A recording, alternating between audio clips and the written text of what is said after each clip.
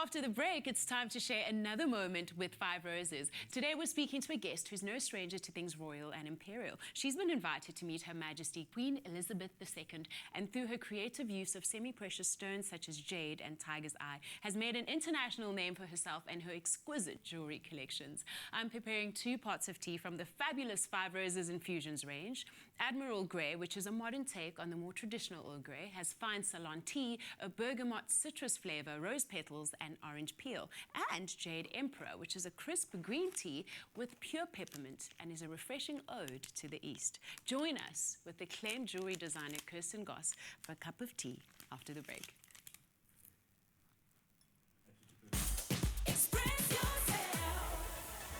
Five Roses blends only the top 2 leaves of the finest Ceylon teas, because nobody makes better tea than you and Five Roses.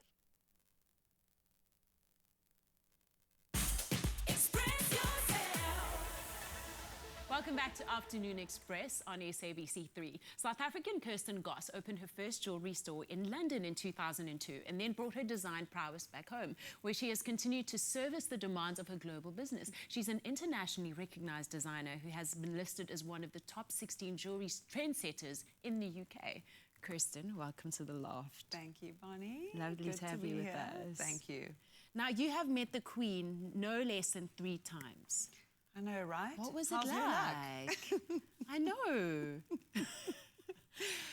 You know, it was quite something, because the first time was actually an official invitation to Buckingham Palace. The other 2 times I just broke in, dived in, jokes. Oh my God, you just gate crashed, like, Yeah. okay. Over the wall. What did you do? Did you curtsy? We were given briefs, very specific. Oh, okay. It's ma'am as in ham, not mom as in farm. Curtsy, don't mention anything about the last time they won the World Cup, any of that stuff. Oh, wow. Just be very gracious and graceful, which was quite something, gathering all those people together and having to stand in front of her. She's actually fairly intimidating. You wouldn't believe it, 5 foot something. You think it's all going to be cool until you're standing in front of her, and she's just got this amazing kind of formidable presence. Was she friendly, at least? Super friendly. Awesome. I had an amazing experience, actually, because I was chatting to somebody that was part of her household. Okay. And she spotted that we were chatting, walked up to me, saw that I was a jewellery designer, because we had them on our name badges. Yes. And she said, how do you 2 know each other? And we ended up chatting about stuff about South Africa, because this guy had some connections. And then she said, oh, jewellery designer. She said, do you like diamonds? I said, of course. And she sort of leans in, and she's got a big diamond brooch. She goes, so do I. These are real. Oh, wow. She shoots off. She had a total sense of humour. That's She's awesome. super cool. Yeah, that's good And to then I know. had another 2 meetings with her. Another time at Buck P. And then Oh, another... Buck P, I like that, darling. P. And then another time, quite privately, in an unusual setting, with the Royal Chaplain, who was at the Windsor Chapel, and I had a connection there, and ended up having Christmas drinks with her. Wow. A couple of peeps. Wow. Served a couple of cocktail sausages. I hope you all like rubs off on me. gins. So totally surreal. I don't know how it's happened in my life, because I don't know how that all works, but it has been fun, because we, Awesome. you know, chit-chat. Not to mention the sort of neon pink Marianne Fassler coat that I had on in the night that she loved. Oh, wow. Totally. I've noticed that you use jade in some of your pieces in various colours, and I always thought jade came in green only.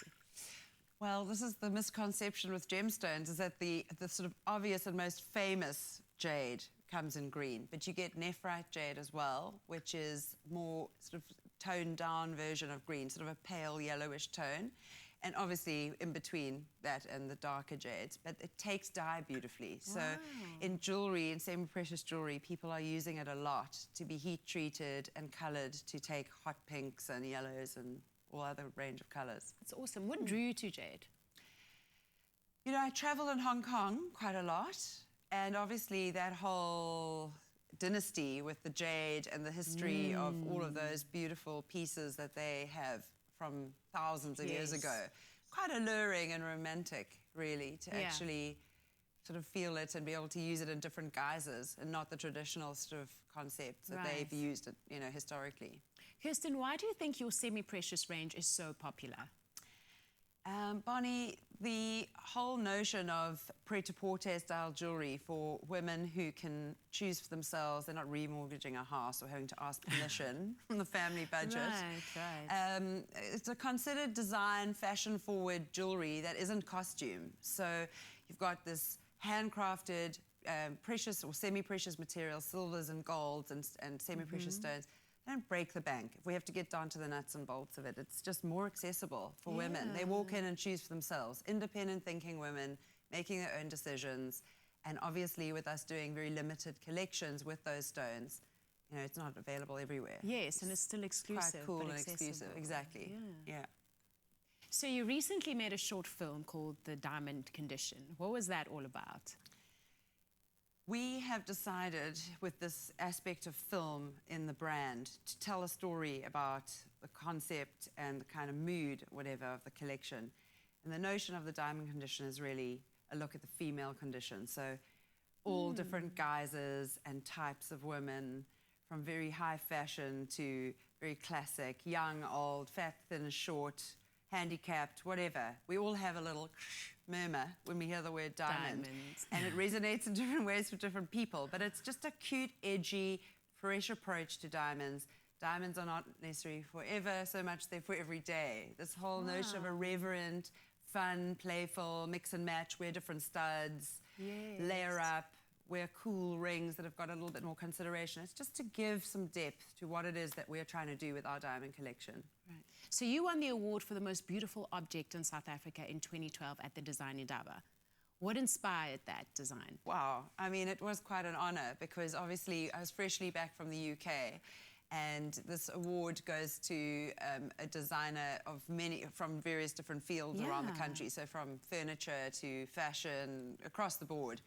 So it was an amazing thing because we are very small and boutique-y and niche to be recognized for the craft, for the company, for the goldsmiths and people that are involved. On such a large scale. On a large scale, and also with these things, it's just the way it works in life. You just do get catapulted into another kind of arena of recognition. So therefore, the hard work that everyone puts in the company is seen a lot more because of the sort of status from being seen as a craftsman, I guess, in this country, Now, your brand clearly has global reach, but why is it important for you to live and design in South Africa?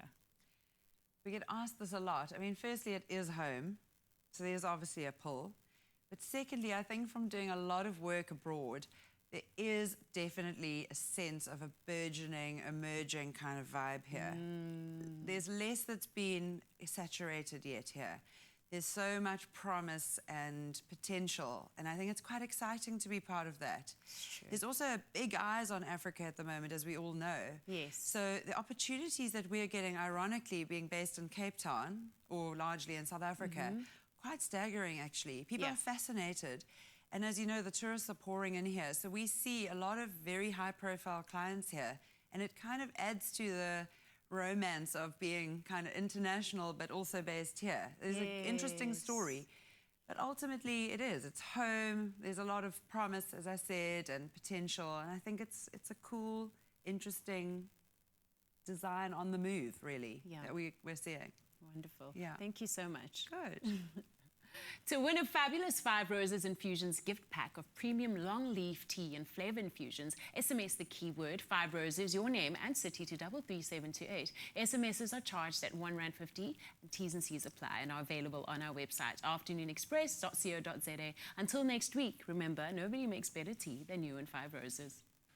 Hello YouTubers, I hope you guys enjoyed that video. Make sure you subscribe to our channel because we've got full episodes available for you. All those really cool interviews we've done, all the cool performances are right over there for you. So all you have to do is click subscribe. It's somewhere over here on this side of my face. Click it right now. Do it.